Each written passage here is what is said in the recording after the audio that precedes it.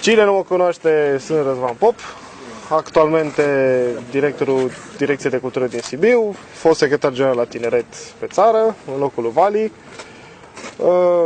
membru din Sibiu deocamdată, sau doar în Sibiu în acest moment. Sunt istoric de profesie și sunt pasionat de Sibiu.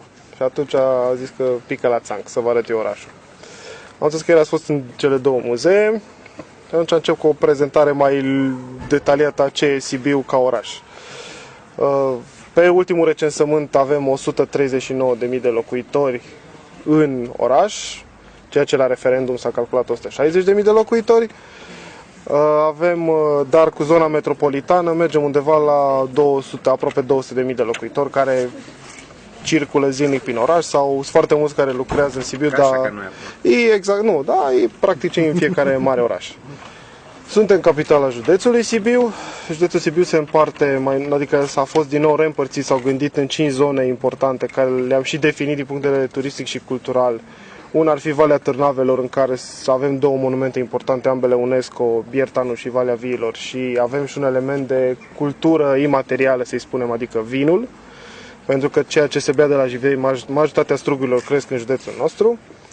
Avem Valea Hârtibaciului, care este o zonă predilectă a sașilor, dar acolo avem un monument aparte istoric care se cheamă Mocănița, adică trenul de linie scurtă, din păcate ușor distrus. Avem Țara Oltului, care practic e așezată pe cursul râului Olt, în care se remarcă Palatul de Vară a baronului Brucantal de la Avrig.